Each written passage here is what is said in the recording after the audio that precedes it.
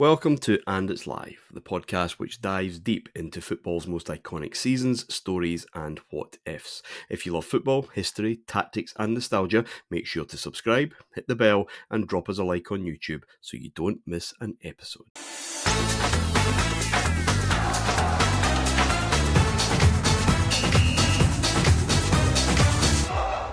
Hello and welcome to And It's Live, the history of the Premier League. We have reached the summer of 1994, a slightly truncated setup episode this time, as Adam can't be with us, but David Edgar is here to join me, Martin Ramsey, to discuss all things Premier League in that summer and maybe some more besides. How are we doing, David?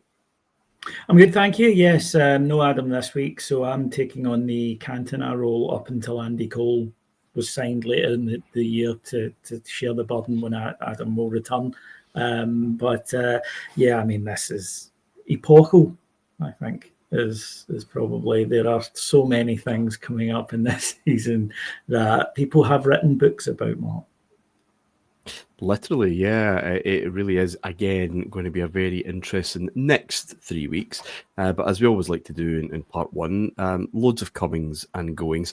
Before we get into some of those comings and goings, David, especially a few around Spurs, maybe a couple of other clubs, I want to just get your thoughts on how important that World Cup was in the United States, where English football was forced to watch on, having not qualified for the first time since 78, so a generation.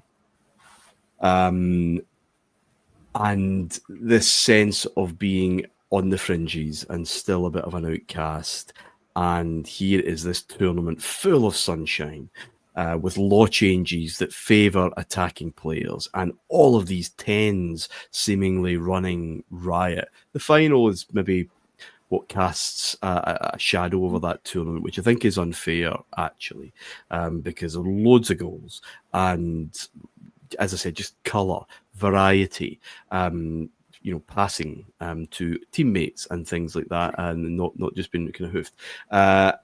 I think there was, after this season of real reflection for English football, mentioned that TV special where, all the high hegians of English football were in that studio, whether Albion and what can possibly be done to get England kind of back on that map. It's going to be back fairly soon with that home European Championships a couple of years away, and a popular manager, certainly with fans.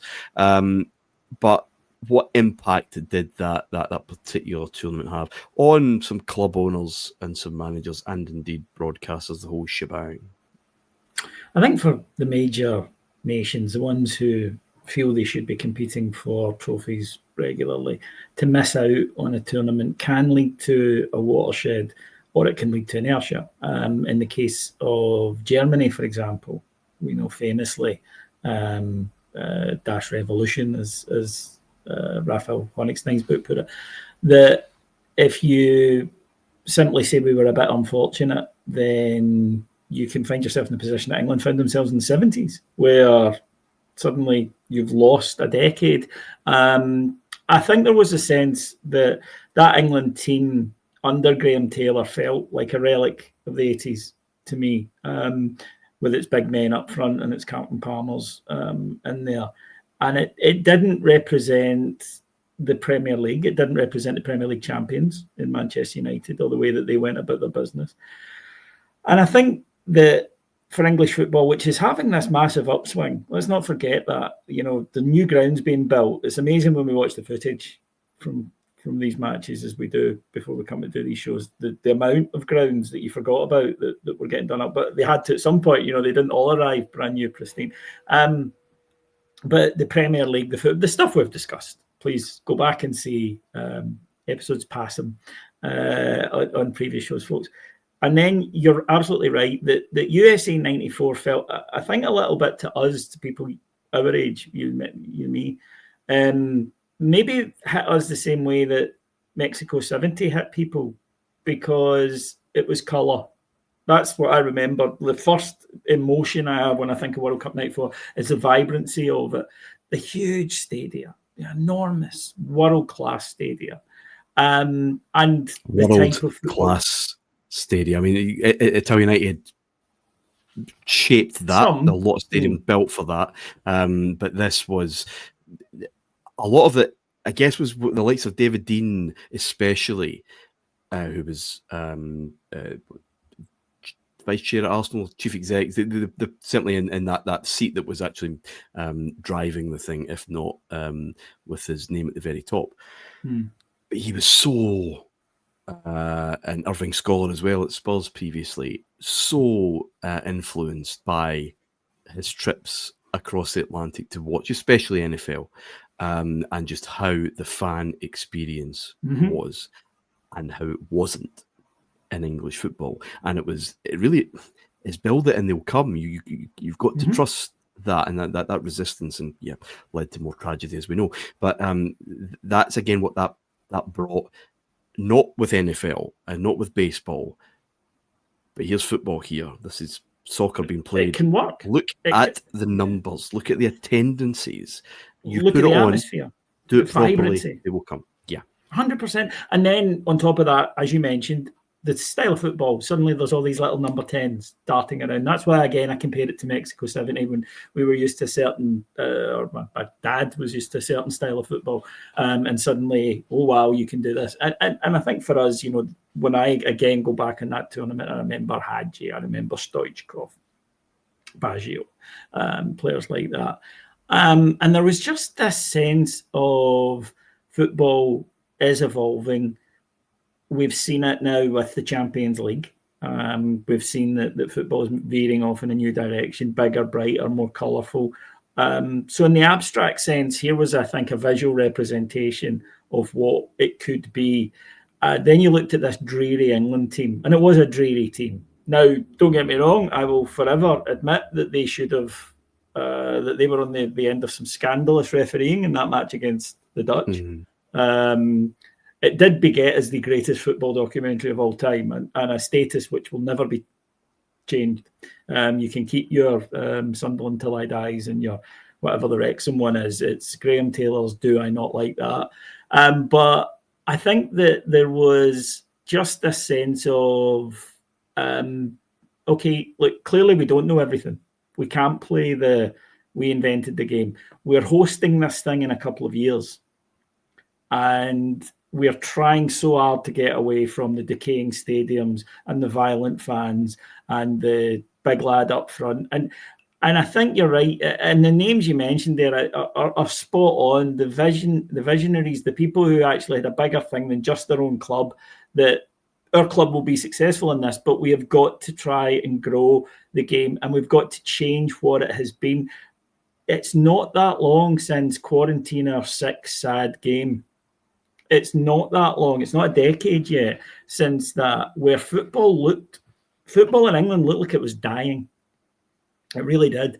What was it? A slum sport played in slum sport and slum stadium for slum people. That was a perception of it, and now there is this, as you mentioned, here is a visual representation of everything that it could be. Plus, as David Dean has admitted himself, he was quite impressed that they were able to charge £12 for a lager and £9 at the time for a hot dog. So it was about changing the dynamic. Now, there will be purists watching this show, old school purists who look at things in the modern game that it has begat, which is tourist fans, for example. That has been the lack of limbs, perhaps, in goals in certain grounds. Yes, but there is no doubt that visually it's a much more arresting spectacle. The standard of players are better. It's a safer environment. There is a lot I miss about old football, Martin, when you and I first started going to the football. I don't miss decrepit stadiums. I don't miss dodging bricks on the way into the ground. And this did happen. And you didn't think anything of it because it just was what it was. I don't miss that. And I think that the USA World Cup was a watershed in that regard. And we mentioned on the last episode, fantasy football was coming through. There's an irreverence to it. One of the things we're trying to do in this show is tie it into deeper cultural changes that were going on at this point. Britain felt, and I was, 17 at the time, so of course, the world's alive with possibilities to you, but it felt like it was opening up. It felt like the sort of drabness of the 80s was ending. And I know that maybe younger listeners and viewers might think, oh, the 80s, was that not all day-glow leg warmers? And no, it wasn't, right? It really didn't feel like that when you had your boots on the ground then. I think USA was pivotal in showing what it could be.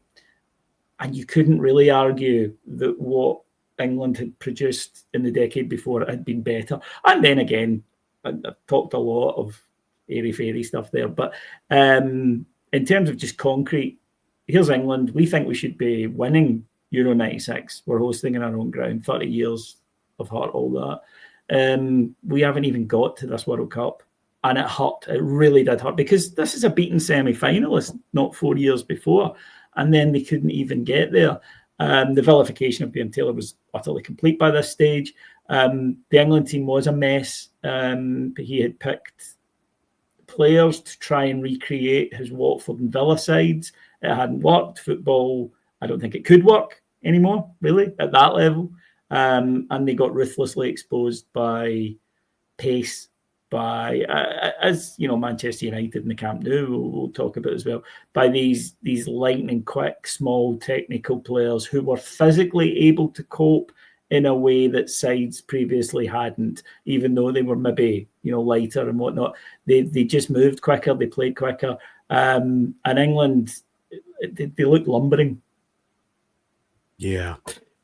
I mean, just as a short aside, David, it wasn't just confined to England, of course. No home nations at the World Cup, and Scotland had a longer record of qualification, unbroken qualification than England did by this point. You have to go back 24 years before Scotland had missed the World Cup. Didn't do much there, right enough, but we got there consistently. And certainly in our game, we didn't care as Rangers fans, but the media were like, where's the entertainment value here? It's a foregone conclusion. The football's garbage. The pitches are rubbish. We have just watched. Forget the surrounding facade of the showbiz element of the World Cup. What's on the pitch? It looks like a different sport to what we're watching. There was a real sense of navel gazing in Scotland about entertainment, and I think that, given what we've talked about, those burgeoning couple of years of the Premier League, there was a realisation that there's somewhere still to go there. We'll go to Monaco, where one of those performers at that World Cup, Jürgen Klinsmann, a vilified Jürgen Klinsmann, we'll come to this in a little moment. I think it's very, very interesting, was very clear that he was leaving Monaco. He's probably going to get an offer from Spain or Italy. Gets a phone call directly from Alan Sugar, chairman of Spurs. I'm in Monaco. Come to my yacht. We'll have some coffee. And was sold the project pretty much there and then, and it was a deal that was done in jig time. Come back to Klinsmann in a minute, but Spurs didn't just stop there. They one of the surprise packages, most were Romania. And Ilie Dumitrescu and Gheorghe Popescu, in their mid-20s at this point. Great signings, cost more than Klinsmann did. And this sense now, when Adam gets back, we will discuss just how Ozzy Ardiles used the talent at his disposal and maybe not the most balanced way. To that.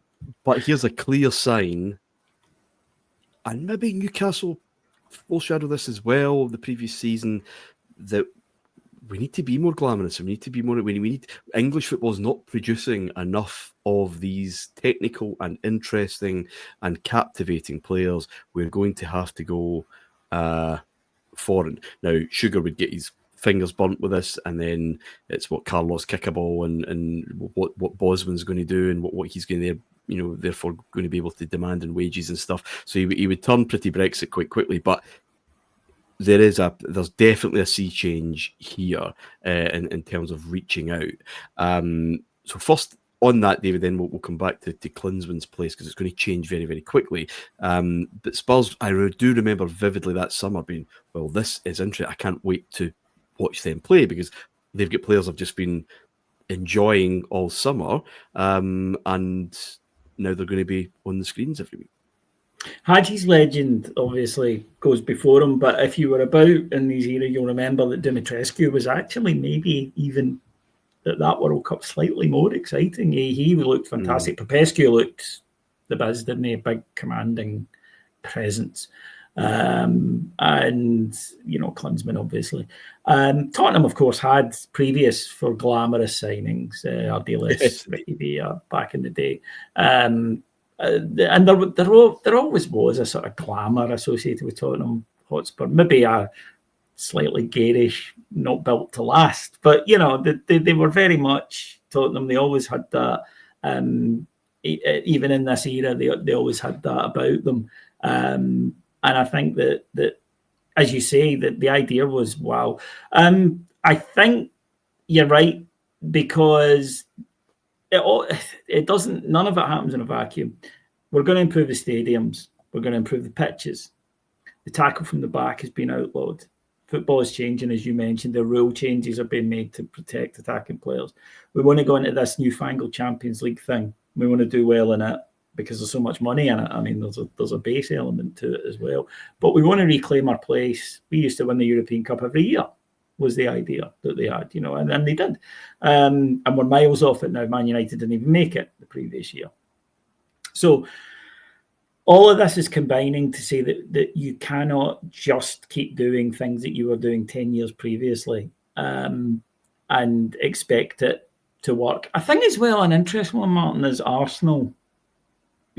Because Arsenal were, as we discussed last season, a good cup team, brilliant, set them up over 2 games, shutting them all out and picking up a goal. They had Smithy, they had Kevin Campbell, 1 or 2 players, your Lampard, Merson type that might create something. But you're not winning a league like that. Ferguson's United are influential. People might not like them and ABU, but they could be breathtaking. They could be absolutely breathtaking when they got going. And maybe if you want even just, and this is not representative as in I'm saying, but if you want to just have a snapshot, Leeds United, 91-92, full-on Brexit ball, full-on, Ron manager, 92-93, collapse, just completely collapse. If you want a metaphor, then Leeds United are probably an excellent example of that. You were not going to beat a Ferguson side over a season with raw physicality. It just couldn't happen. And then, of course, yes, it's like you've got these guys in the boardrooms that are saying, well, we want to charge people more, but we want more of them coming in as well. We want to go to a different socioeconomic bracket, really. It was never expressly said. The football fans who come anyway, we have. If they've survived throughout the late 80s, they're lifers, right? We don't need to worry about them. You need to make it interesting and attractive. And it sort of is the very beginning of what we see now, that the transfer market in itself is a spectacle. The whole summer thing, Jim White's yellow ties and all of that sort of thing. And this is the beginning of it, that, you have to bring in star performers. You have to add guys that people want to pay ticket money to come and see. And you've got to keep doing that. Spurs looked super exciting this point. And again, this is before it goes to full on crash, burn and, wreckage lying in the ocean. They had a manager who was very open, as his team would be, but very open about, I'm going to get them all on the side. I can play all my attacking players, and I'm going to, and we're going to run, and I don't care if we concede 4 because we'll score 5. And football is a history of telling us that the guys like that often end up the way Abdullah did. But at the time, he's bought all these weapons. I think there's a modern parallel with Liverpool this season, as we recall, 2025-26, that in the summer, nobody was saying a bad word because they'd signed all these cracking, exciting players. It's not our job to figure out as a supporter how they all fit together. It's the manager's job to do that. And And in Ardiles' case, he didn't bother trying for them together, he just chucked them all on, which did make, he was right, it made for entertainment, but maybe not for the Spurs fans. But I think that, they sort of led the way. Klinsmann was again, I'm maybe struggling to get across. He was titanic figure in the game, you know, in an era that we saw players at World Cups, and the England-Germany rivalry was huge. He was everything that they hated about German football. Yeah. There's a fascinating preview of the 94 World Cup. I think it's a Guardian piece in there. They're bringing all these voices into the mix. And, you know, your usual kind of rent-a-gobs from the usual kind of media sources. But people as august and sober as Kenneth Wolstenholme, they think it's all over fame. When asked what they're not looking forward to, who they hope loses Germany because of Klinsmann, because he's a cheat, because he dives, it's a disgrace, it's not cricket, blah, blah, blah. The amount of vitriol, I until I was doing a piece for that World Cup last year, the year before, can't remember. I didn't quite grasp just how hated he was. We will talk next week about how that turns on a sixpence. I mean, just completely one goal celebration. Very, very interesting. There are others to talk about from that World Cup, and I don't think I'd really appreciated, David, just how many names from that World Cup did feature quite highly on the shopping list, but we will come back to that. Your pet hate, listeners, I'm going to let you in a secret here.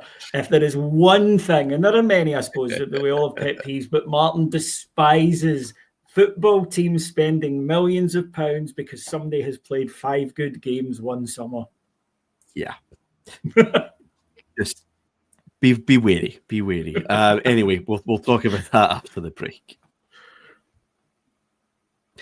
Welcome back to And It's Live. We are in the summer of 94, looking ahead to the 94-95 season. A few other prominent performers in that World Cup, David, that will be landing on these shores. Let's go to the other side in North London. Arsenal, Stefan Schwarz, a big part of another breakout surprise side. There were a few, Romania, Bulgaria, Sweden, mainly, I guess. And again, one that made perfect sense. I'm not saying that the first foreigners we've ever seen in England, because you know they've been here since certainly the 80s at least. Yeah. But it's just the amount, I guess, in this one summer, not a transfer window, but you know what I mean. But again, he looked at a canny piece of business and a very Arsenal type player, I guess.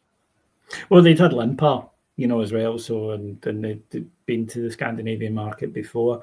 As a young Scot, we seemed to run into Sweden every 20 minutes during qualifiers. So we actually got to know that era of the Swedish side really well in Scotland. Guys like him, Jonas Tern, who's a big lad up front, Kenneth Anderson.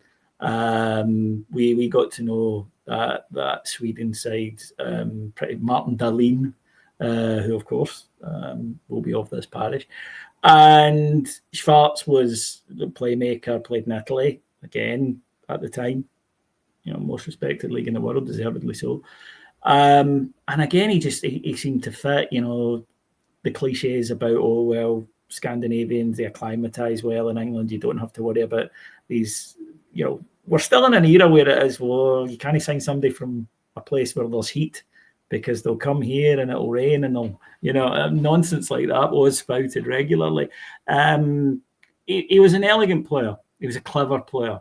Terrific on the ball, moved the ball really, really well. Maybe more suited to a league where he had a bit more time. And it was a bit of a more technical league. This would be an issue that would, of course, affect some of these. I know what you mean. I was going to see some of these early signings, but it kind of feels that way. Early Premier League foreigners, then I'll put it that way.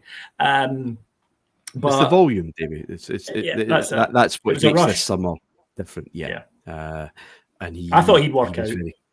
Yeah, so did I. Let's just go through some of the others. It could have been a fairy tale story for Nigeria that summer. They'll have their own questions about that game against Italy. But Daniel Amokachi, who we already knew from the Champions League the previous season. But, again, one of the iconic images, him in the net after scoring again as Nigeria were tearing up that Argentina group. And he went to your boys Everton, David, along with Vinny Samways, but kind of maybe less excitement. Slightly less excited about Vinny Samways, who I remember fantasy football really dug up Everton for suspending $2 million on Vinny Samways, who was honestly, you look up a dictionary for journeyman, he should be there. Expensive journeyman maybe, but put into his column. Amokachi just looked, he was huge, so physicality didn't look as though it was going to be a problem. This guy was built, and he was quick. There was speed there as well. He kind of did look built for English football, and I just thought that again, because I'm 17 and I'm basing it on the 5 games that I've seen him plus the 2 that he played against Rangers. This guy's a world beater based on that. But I'm not entirely sure, by the way, that I had done less scouting than many of the English Premier League scouting with my 5 games. Maybe the 2 Rangers games actually gave me the nod on it. But he will, of course, go on to become a cult hero at Everton. And that usually translates to mostly rubbish, but some memorable moments. Yeah. And it certainly does in the case of Daniel Amokachi. FA Cup semi-final, that's it. Yeah. Absolutely incredible stuff. We'll get to that in due course. Across Stanley Park, Liverpool admit the mistake of Julian Dix. He goes back to West Ham along with Don Hutchison, which maybe a wee shame for Hutchison, who probably thought he could do a bit more there. Their World Cup signing is a lot closer to home. It's Phil Babb, who was very impressive for the Republic of Ireland in the States. And again, looking now Roy Evans is there. It's there's a young team there, right? Because Fowler obviously has broken through. McManaman is established. A young Jamie Redknapp is there as well. And this John Scales from Wimbledon, again another classy, quite well thought of defender. And it looks like Liverpool finally try to put building blocks in place, maybe for the longer term. Yeah, Phil Babb had been terrific. For Ireland in the World Cup, like really, really stand out good. I think he was, if he wasn't in the team of the tournament, he was in the squad of the tournament. That good. And yeah, I have to say, I've got to place Phil Babb in without knowing anything about the I'm just basing this entirely on the 2-dimensional guy I see on my TV screen. I had him in my Nigel Clough Liverpool, this is a can't miss. This is exactly what they need. John Scales, I'd always liked. I thought very classy, elegant defender. We talked last week about how Wimbledon, that myth wasn't quite true at this stage. Elements of it still, but he could play. The other thing is that it looked as though they were adding pace to this side because McManaman could shift, Fowler could shift. You had Redknapp, who very classy midfielder, Redknapp, very elegant. Could sit there and dictate tempo, and his passing range was fantastic. I mean, the Scotland game in Euro 96, it's Redknapp that changes it when he comes on, because he gets his foot in the ball, and England, who looked really nervy up to that point, suddenly have got so much more poise. And this Liverpool team did look ready. And they'd gone back to the boot room. They had Roy Evans in there, almost a, shall we say, centrist candidate for that role after Souness's burnt earth spell.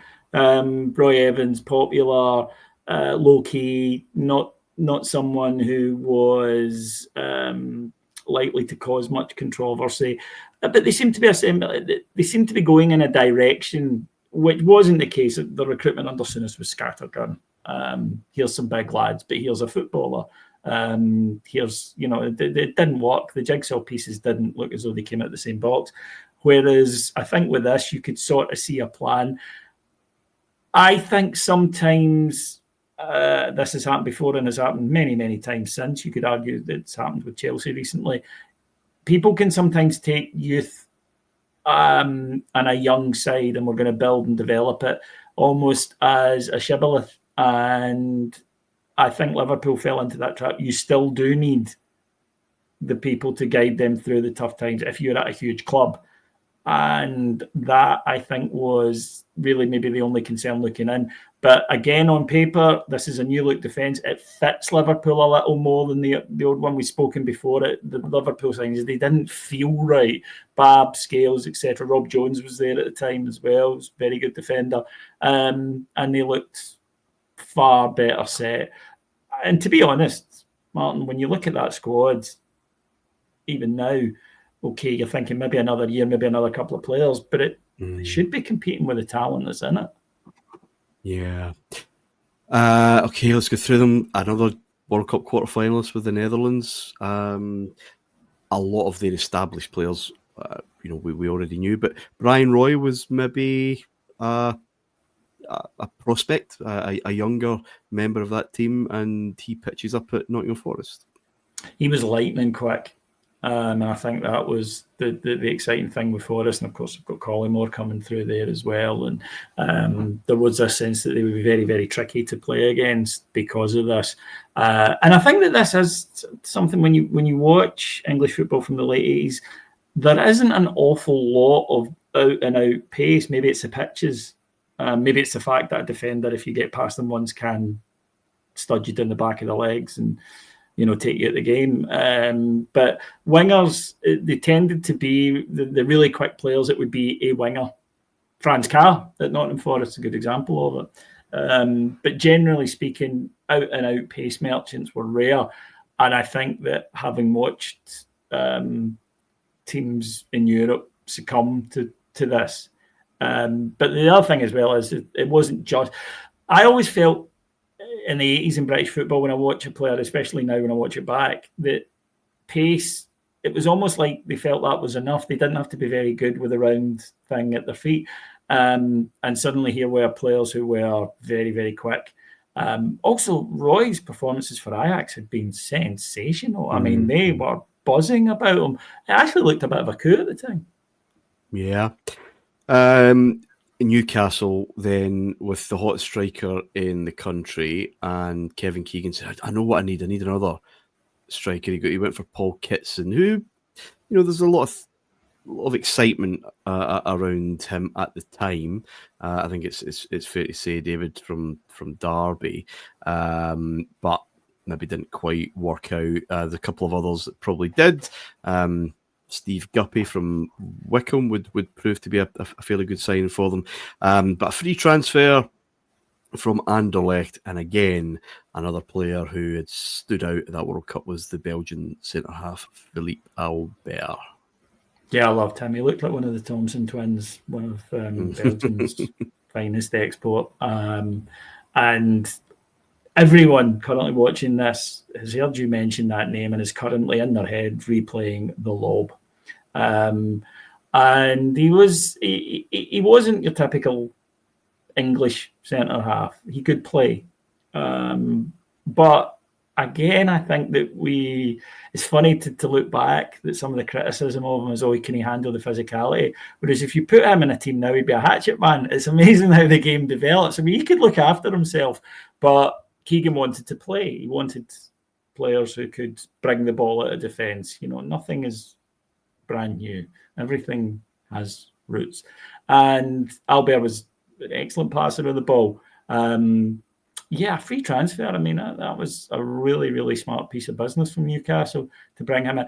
On Kitson, I think it kind of pertains to a bigger point that once you get a reputation for good business, almost your stamp of being interested in a player catapults that player, the expectation level. Because you're right, I remember Kitson coming in to Newcastle and thinking, right, cool, he must be good. And that shows you that Newcastle had, for a couple of seasons at least, been quite hot in the transfer market. So it almost was a sense of, if they want him, he must be good. That maybe there wouldn't have been the same pressure on him had he gone to a West Ham, for example. Just a few others just to kind of mention. I mean, Coventry City do a very understandably British thing with their transfer business. Dion Dublin coming back from Manchester United, and he'll absolutely do a turn. They tried to kind of meld a young bad Scottish defender with an old bad Scottish defender, with Stephen Presley and Gary Gillespie, to various degrees of success. But even they can't resist a bit of USA 94 magic. Young Cobi Jones, who had been part of that USA side, who had absolutely not disgraced themselves at home. Who else have we got? Well, Sheffield Wednesday, who again were still a force in England at the time. Davy, Klaas Ingesson, a Swedish kind of stalwart of that side. But Dan Petrescu, 26 years old, right back, again, a huge part of that Romanian side to Sheffield Wednesday. From Genoa, so many of these players coming from Italy. It's, again, the numbers that we're talking about, I think is indicative of something bigger. Yeah, I think as well, for a lot of the Italian lads, or players playing in Italy, sorry, they didn't necessarily have to be Italian. In fact, it was probably the case if they weren't, that Italy was very regimented. You know, even written into the contracts at the time was you have to be, there were curfews and shit. As daft as it seemed. And it was an intense level that just wasn't normal to people from out with Italy. Italy led the way in terms of, sport newspapers, Gazzetta dello Sport and things like that, and football being broken down in nightly television programs. Now, all this is normal now here, but it wasn't then. And I think there was a sense, Rangers that summer, our club signed Brian Laudrup from Fiorentina, but yeah, he'd been on loan at Milan, but and he said it was the desire, like he just wasn't enjoying it in Italy. It was too regimented. It was, the pressure, the lose a game and you're off to one of the punishment camps, all that kind of thing. And I think a lot of players, when there's good money to be made now in England as well, I'm going to go there. But yeah, I mean, can you imagine now picking up a fullback like Dan Petrescu? You're talking, 40, 50 mil? Easy. I mean, there just wouldn't, and he wouldn't get to 26 before being picked up by a Premier League side. Nope. Just simply wouldn't happen. Hopefully that captures the kind of spread that we're talking about. We'll take another little break because there are two clubs we haven't talked about yet who will feature very, very highly in this Premier League season. Back after this. David, Manchester United, the champions of England, double winners, 2 in a row, all set to conquer forevermore. And they don't do a huge amount of business this summer. David May, really, from Blackburn Rovers, a side that we'll come to in a moment, obviously, as well. They will, spoiler alert, do some very big business as the season goes on. But this was a little surprising. Yeah, it was. Surprised that Blackburn would let a player go to Manchester United in the first place, because at this point they're rivals, and everyone knew that they were rivals. And David May had been decent for Blackburn. Am I misremembering that? I don't remember him being an absolute standout. Yeah, but Ferguson clearly saw something in him that he liked. Now more famous for his ability to get into photographs of successful, him and Raymond van der Gouw were the absolute masters of being front and centre during a trophy presentation that they hadn't played in. And good on them. I don't blame them for it. But, United, they don't do much the following summer either. Like, they do business, as you just mentioned there, throughout the year. But it was almost like Ferguson was going into I'm fairly content with what I've got. And I suppose there isn't the pressure to do it all in the summer when you know that, you can go it through the year, which you can't now, clearly. And he's got this batch. And I mean, they're there. They're sitting there, and it'll be the next year that they explode. But they're there. And he knows that. He's aware of them. When was the first you started to hear about the class of 92? I remember starting to read about them this season. And I'm sure that there would have been mentions before, but for me, 94, 95 is the first, although I was still surprised with how well they broke out in 95. Yeah, around this time, and really through Europe, through the Champions League, because they had to feature in teams or matchday squads because of the foreigners rule at that time. Yeah, so, Nicky Butt, I remember. European games, yeah. Well, Scholes was really the one that, Giggs, obviously, but you know what I mean. But Scholes was the next one that really kind of came through as being the next big thing, and a lot of noise around his kind of talent. But yeah, it is bubbling there. We'll talk about the lessons learned, I suppose, in the summer of '95, because he does not mess about famously, but he is just content to tread water for a while, as we say.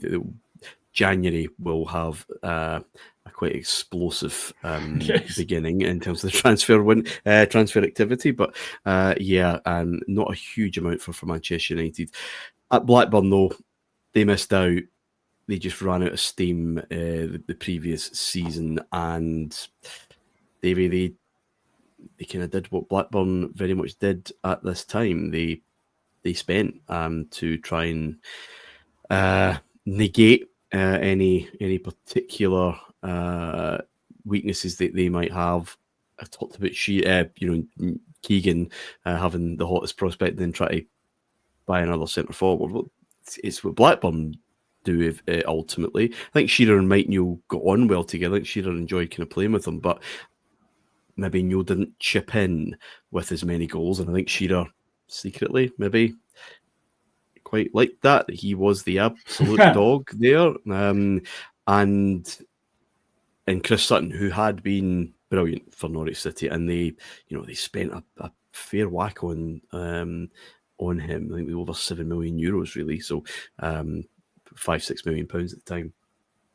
This was a new record and a statement of intent, and we'll get into just how those two worked together.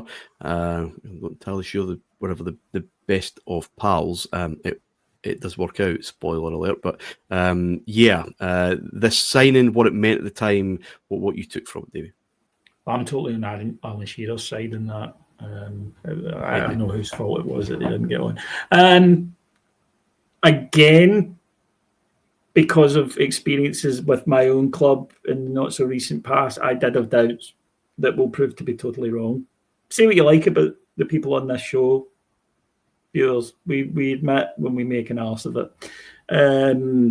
Rangers had tried to pair occasionally Duncan Ferguson and Mark Hateley, and it didn't work at all. And I just thought, what I think I underestimated was that Sutton was bright enough to realise that he was not going to be the main man, and his job was to play off and around Alan Shearer in that front two. And someone had to be, if you like, the provider, and it wasn't going to be Shearer. That's not to say Chris Sutton didn't score goals, scored a ton of goals as well, but you're always going to be the second striker. If he'd gone there and wanted to make the same runs that he made at Norwich and do the same things that he'd done at Norwich, I don't think it would have worked at Norwich, where they would usually go with the old big man, pacey small man with him. And he is bright, and this obviously as a Rangers fan pains me to say this about him, and as someone who watches football and occasionally has to hear from him, it pains me to say it, but he was bright. He looked at Shearer and he said, right, how do I fit my game around that? Because he was the main man, as you say, at this point, and it was, the debate had come, if there ever was a debate, it's come and gone at this point. And he tailors his game around Shearer. And Adam will explain it better than me. But to me, when I saw that move mooted, I'd also remember when they played Warhurst up front. Now, Sutton was a far better player than Paul Warhurst, right? But it didn't really work. as well, you know, and I just thought, have you got two guys there who play the same role?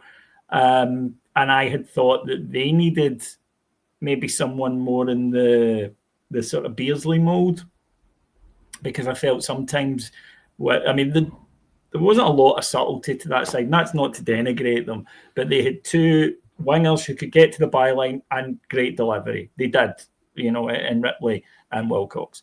They had a huge striker who was dominant, who ran the channels, who got on the end of diagonals, and who got on the end of crosses. And I just felt in some games they didn't have that player that United had in Cantona, for example, who could just unlock a game. But between the lines, we'd call it now. Between the lines, we call it now, yes, absolutely. And Beardsley could do it for Newcastle. But where I was wrong is that what they wanted to make work, they made work spectacularly well.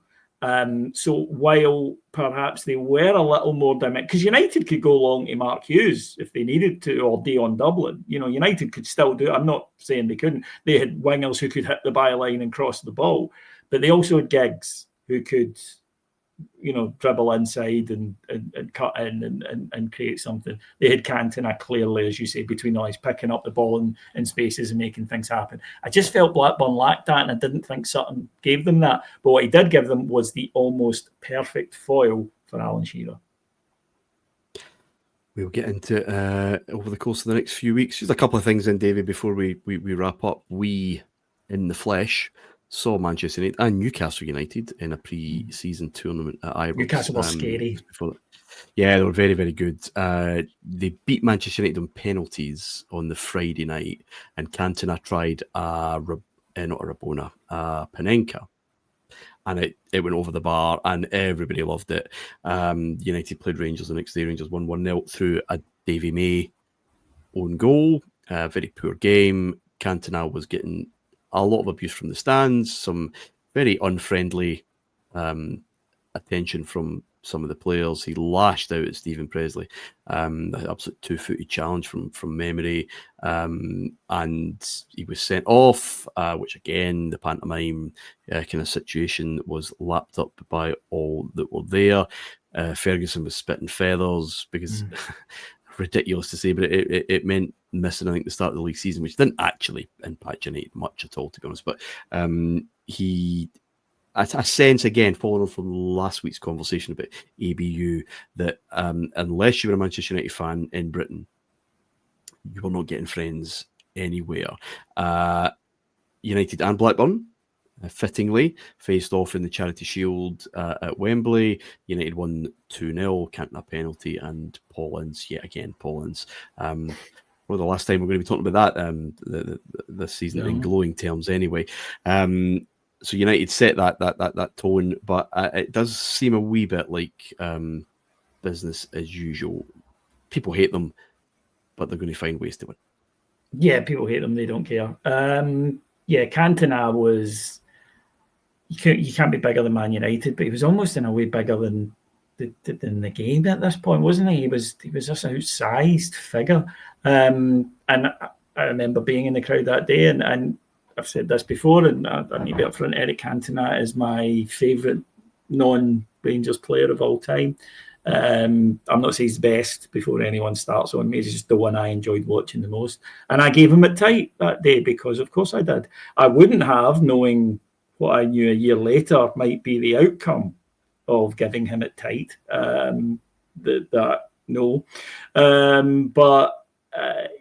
there was also now and he's picked up another red card, Martin.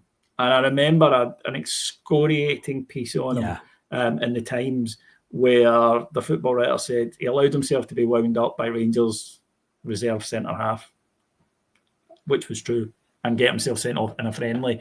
He's learned nothing. It doesn't bode well for the season. So he's a marked man. And we mentioned this on previous shows that it's once it starts, you pick up a red card, you pick up a second one. Oh, he's a hothead. People are in your face all the time. You know, it flows. And that was certainly flowing at this point. United and Blackburn, though, definitely, like we all knew, didn't we? That Charity Shield, I remember watching intently, as if signs will be here that I can extrapolate for the rest of the season on what is essentially, a kickabout at the start of the year. But there was a sense of, Blackburn are outspending Man United. United will roar in January, but and Blackburn did look as though we will we'll do anything, the random players we will buy in to just get ahead of you at this point. I just remember thinking this is going to be an absolutely epic, titanic struggle, twists and turns the whole way to the end of the season, because it's not like a dominant City or a dominant Liverpool now that you think it's the games they don't win because they're going to win the vast majority. You knew they would lose games and drop points. It was alien. Nobody was getting 96, 97, 98 points. It wasn't happening. You didn't even think it was a possibility. And you just thought this is going to be an absolutely huge battle between these two. And again, and you saw it on that Charity Shield day, Martin, these were two sides who just fundamentally didn't like each other. These were two managers who just fundamentally didn't like each other. And it was great for a neutral because that's what you want. It absolutely is what you want. Thank you, David, for hopefully setting the scene. I guess the other point about all the signings from the World Cup, not the absolute top. No, not the top ones. Players, and that's the thing that England they are still in Italy. The Premier League still have to wait until that all kind of comes together. Great example of this. Do you remember Alexi Lalas? Right. Famously described by Rob Newman, the lead singer of the Spin Doctors, has just scored against us. Alexi Lalas in that defeat in '93. But Alexi Lalas did a very good World Cup. And you're right, the American team, they got a lot of attention back then, USA. And they weren't at all known for football back then. And there was loads of interest in him from England, Coventry, Norwich, I think Villa, but a few others. And where does he go to? He goes to Perugia in Italy. And asked about it, he was saying, well, it's the best league. I want to test myself in the best league. Now, he's not the top level, but you know what I mean? That's an illustration. The top players, the guys we've just been talking about, the players in the final, where are they playing? They're playing in Serie A and they're playing in Spain. And that's the reality. And England cannot go and sign Romario at this point. They can't do it. No, not yet, but you need this not wave. Yet. It's coming. To start, yeah, but it's going to take a fair while. Thank you, David. An incredible season in prospect, a title race that goes to the last second of the season, a signing that shakes the league, sleaze, corruption, and of course a meeting between a fan and a player that went down into legend. We'll be back next week, hopefully with Adam, and until then, bye for now. If you enjoyed the show and want to help us grow, please remember to hit that like button and subscribe to the channel. On YouTube, search for And It's Live Podcast. We've got new deep dives, drafts and breakdowns dropping every other day.